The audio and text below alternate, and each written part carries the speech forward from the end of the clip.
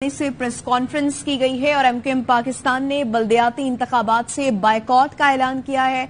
खालिद मकबूल सिद्दीकी की जानिब से कहा गया कि इलेक्शन कमीशन ने अपनी जिम्मेदारी पूरी नहीं की है, न वोटर लिस्टें ठीक है, न हल्का बंदियां ठीक की गई हैं।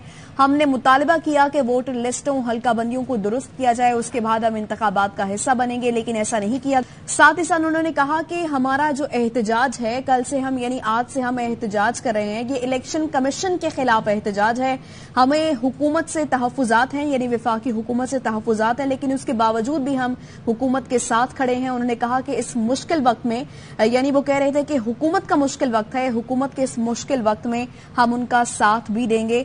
तो बायकॉट का ऐलान किया गया है एमक्यूएम की जानिब से और कहा गया है कि हम इंतखाबात को तस्लीम नहीं करेंगे, ये एक साजिश की जा रही है। एमक्यूएम पाकिस्तान का कराची और हैदराबाद में बल्दियाती इंतखाबात से बायकॉट का ऐलान। एमक्यूएम पाकिस्तान के रहनुमा खालिद मकबूल सिद्दीकी की ये प्रेस कॉन्फ्रेंस, कहा कि इस बल्दियाती इंतखाबात में वोटर लिस्टें हल्के दुरुस्त नहीं हैं। साथ में ये भी कहा कि हम एहतजाजन आज के इंतखाबात से दस्तबरदार होते हैं, ब्लैकमेल नहीं करेंगे, जमहूरियत के इस्तेहकाम के लिए हुकूमत के साथ खड़े रहेंगे। कराची हैदराबाद में बल्दियाती हुकूमत का ताज किसके सर सजेगा, आप सबको था इंतजार इस बात का कि कल 15 जनवरी और होने जा रहे थे इंतखाबात। और ऐसे में अब अहम खबर ये कि खालिद मकबूल सिद्दीकी प्रेस कॉन्फ्रेंस कर रहे थे, पीएसपी रहनुमा मुस्तफा कमाल के हमरा और फैसल सब्जवारी भी उनके हमरा मौजूद है। ऐसे में उन्होंने ये ऐलान कर दिया है कि एमक्यूएम पाकिस्तान का कराची और हैदराबाद में बल्दियाती इंतखाबात से बायकॉट का ऐलान। अली जैदी हमारे साथ टेलीफोन लाइन पर मौजूद हैं। अली साहब, आपके वक्त का बेहद शुक्रिया।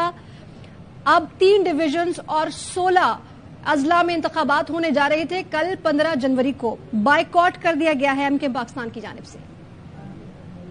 जी, तो पहले ही मैं कह चुका था कि ये हुकूमत से छोड़ेंगे, बायकॉट कर लेंगे, ये भाग जाएंगे। इनके पास कैंडिडेट ही पूरे नहीं है जी। यानी कि इनसे पहले कोई ये पूछे कि 160 कैंडिडेट तुमने जमा कराए हैं, 246 यूनियन काउंसिल है, तुम्हारे पास लोग नहीं थे, तुम चुप करके बैठे रहे इतने दिन।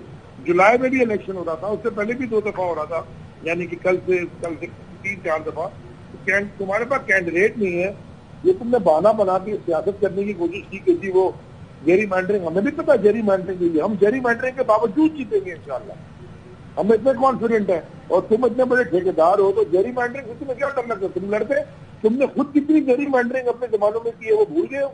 देखिए, बिल्कुल ये जेरी मैंडरिंग वाली बात ठीक है, हल्के में इशूज है, पीपल्स पार्टी ने 2 नंबरी की है, लेकिन ये you must contest the election. ये तो इनके पास कैंडिडेट नहीं चाहिए, भाग के डर के खत्म, गेम ओवर। आपको तहरीक इंसाफ को हैदराबाद का मेयर और कराची का मेयर मुबारक। अच्छा अली जैदी साहब, एक तो ये कि खालिद मकबूल सिद्दीकी की जानिब से कहा गया कि ना तो वोटर लिस्टें ठीक थी, ना हल्का बंदियां ठीक की गई। हम इलेक्शन कमीशन के खिलाफ ये एहतजाज कर रहे हैं। अलबत्ता तहफुजात हमें विफाकी हुकूमत से जरूर हैं, पर हम हुकूमत के साथ ही खड़े हैं, हम हुकूमत को छोड़ नहीं रहे। यानी कि अब इसको मुनाफिकत ही कहते हैं ना, और क्या कहते हैं? मुझे जरा इसका कोई अच्छा लफ्ज है तो बता दें प्लीज। मेरी इतनी अच्छी उर्दू की वो यानी कि वोकैबुलरी नहीं है, तो मुझे बता दें हमको मुनाफिकत नहीं कहते बच्चा। हिम्मत है तो छोड़ो ना हुकूमत।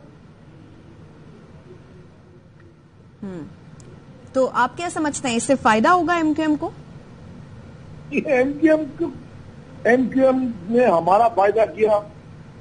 3 हिस्सों में जो थे वो एक हिस्से हो गए। आप यकीन, मैं आपको 2-3 हफ्ते पहले से मैंने ट्वीट किया, बिस्मिल्लाह करो, जल्दी करो, देर मत करो। मुझे पता था कि ये होगा। अब इन्होंने बहुत किया, हमारा तो पीटीआई का बहुत बड़ा फायदा उन्होंने करवा दिया था। अब ये बायकॉट कर दिया, और अच्छा फायदा। हम सोच रहे थे कि कराची में तो ये वैसे नहीं है, हैदराबाद में शायद थोड़ी बहुत उनमें थे, हैदराबाद में भी फारिग हो गए, हैदराबाद में भी हमारा मेयर आ गया। अब रह क्या गया है? अच्छा अली साहब, इस बारे में भी कुछ बात कीजिए कि ये कहा उन्होंने कि हल्का बंदियां दुरुस्त नहीं है। माजी में भी ये कहा गया है कि हल्का बंदियों का मसला है। साथ में ये भी कहा है कि हम इंतखाबात से दस्तबरदार हो रहे हैं, और ये भी कहा है कि इलेक्शन अगर हमारे बगैर होता है तो ये इलेक्शन शर्मिंदगी जैसी सूरत हाल इख्तियार कर जाएगा। क्या कहेंगे आप इस पर? मैं इनकी क्या बातों का जवाब दूं? शर्मिंदगी इनको होनी चाहिए कि जो एक दूसरे को गालियां देते थे, एक दूसरे को कातिल कहते थे, एक दूसरे को रॉक एजेंट कहते थे, एक दूसरे को पता नहीं किस तरह की जबान एक दूसरे के खिलाफ इस्तेमाल करते थे, सारे साथ बैठे में इन बेशर्मों को कोई शर्म नहीं आ रही।